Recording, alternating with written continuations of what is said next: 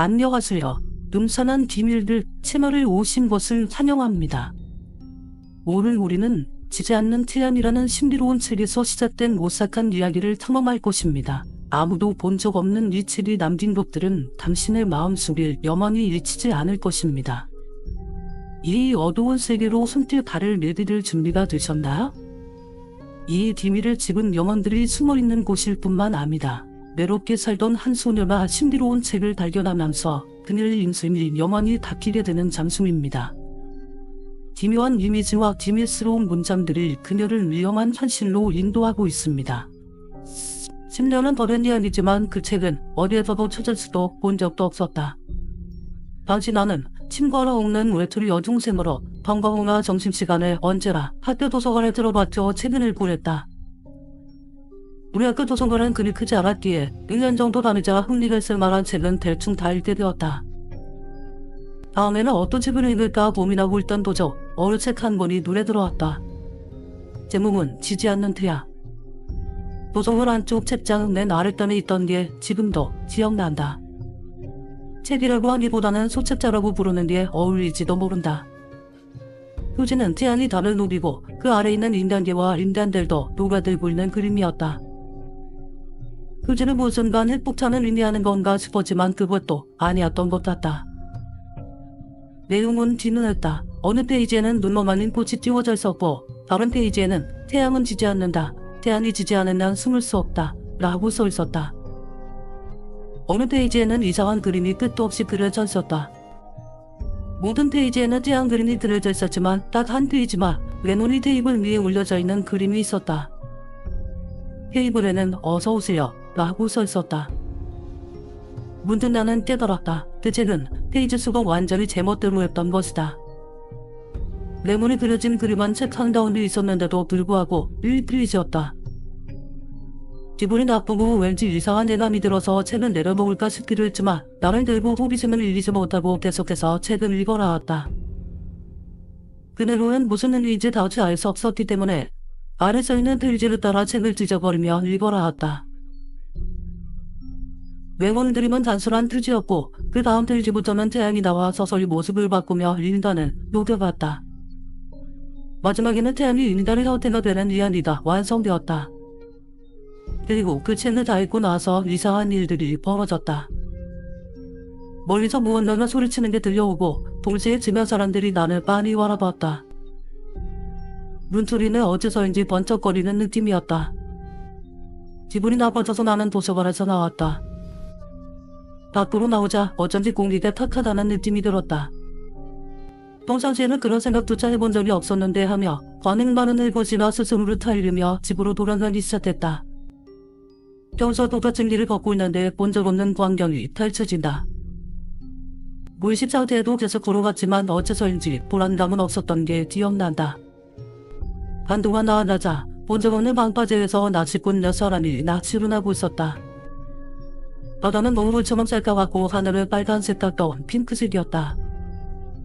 이상한 옷을 생선이 낚시꾼의 양동이 안에서 날뛰고 있었다. 낚시꾼은 가까이 다가온 나를 보고 순간 놀란 듯했지만 시선을 돌려 다시 낚시를 열중했다. 내가 모여지르는 순간 속삭임 소리가 들려왔다. 네? 라고 반론한 순간 나는 까마귀 같은 새에게 손을 들었다. 그와 동시에 낚시꾼은 양동이 속에 생선을 새들에게 던졌다. 새들은 그리로 놓였고 낚시꾼은 한 방향을 가리키며 소둔너라 라고 말했다. 나는 그 방향을 향해 전력으로 질주했다. 중간에 딱 한 번 뒤를 돌아봤었다. 태양이 다가와 있었다.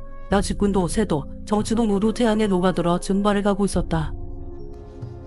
그리고 나는 눈을 떴다. 병실 침대이었다. 근처에 있던 간호사에게 말을 걸자 곧바로 의사를 불러줬다. 사람들의 말에 따르냐 나는 책을 읽다가 갑자기 넘어져 한 달 넘게 의식을 잃고 병원에 있었다는 것이다.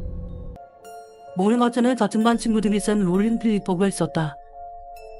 읽고 부모님이 왔지만 두 분 모두 통곡하는 바람에 달래는 게 큰일이었다. 나는 단순히 꿈을 꾼 게 아닐까 하고 막연하게 생각하고 있었다. 하지만 점차 그릴 평범한 꿈은 아니었을 거라는 증거들이 나타나기 시작했다. 우선 그 세계에서 나를 살려준 낚시꾼은 내가 어릴 적 세상하더라. 우리 삼촌이었다. 삼촌이라고 해도 워낙에 멀리 떨어진 곳에 살아서 나는 두세 번밖에 만난 적이 없었다고 한다. 얘 앨범을 뒤지다 삼촌의 사진을 발견한 내가 깜짝 놀라 아버지에게 물어 알게 된 사실이었다. 그 후로 나는 내나 삼촌 미래의 선물을 가고 있다. 이뿐만 아니라 그 세계에서 세계 주인 삼촌은 현실에 온 후에도 내 손에 나 있었다. 나는 인사 지원을 한 게 아니다 라는 생각도 하고 있었지만 아직도 손에 남은 상처만은 미스터리다. 만약 그때 새들에게 온몸을 조이기라 됐다면 어떻게 됐을까? 마지막으로 내가 정신을 잃은 사이에 일어난 사건이 하나 있었다. 다툼다 친구 한 명이 스스로 목숨을 끊은 것이었다. K라는 남자아이로 나와는 별 친분이 없는 양아치스러운 아이였다. 그런데 그걸 남긴 유서에 지지 않는 태양이라는 글귀가 적혀 있었다는 것이다. 그가 도서관에서 책을 읽는 모습이라곤 본 적 없었기 때문에 나는 더욱 놀랐다. 나중에 읽을 생각을 없었지만 학교 도서관에서 한 번 더 그 책을 찾아보았다. 그러나 그 책은 없었고 얼마 뒤 남의 K와 친했던 S에 이런 이야기를 들었다. K는 내가 기자가 되지 않 읽고 있다 책을 읽어보려고 했었다고다. S는 완료따지만 T는 무시하고 그 책을 찾아내 빌려봤었다는 것이다. 하지만 읽는 집주에는 아무 일 없는 듯 보였고 오히려 저주받은 책이라며 그걸 태워버렸다고 한다. 그러나 그 후 서서히 T는 이상해지더니 결국 목을 매달았다는 이야기였다. 당시에는 너무나도 무서워서 정신이 이상해질 것만 같았다. 하지만 그 이후에는 아무 일도 일어나지 않았고 나는 평범하게 대학도 졸업하고 지금은 열심히 살고 있다. 채는 지금도 무척 좋아한다. 다만 그때 이후로 누가 썼는지 알 수 없는 책에는 손을 들지 않게 되었다. 오늘 우리의 열리는 여기서 끝이 났지만 지지 않는 태안의 비밀은 여전히 당신이 탐험하기를 기다리고 있습니다. 이 영상이 마음에 드셨다면 음산한 비밀들 채널을 구독하고 좋아요를 눌러 다음에 올 흥미로운 공포 이야기를 놓치지 마세요.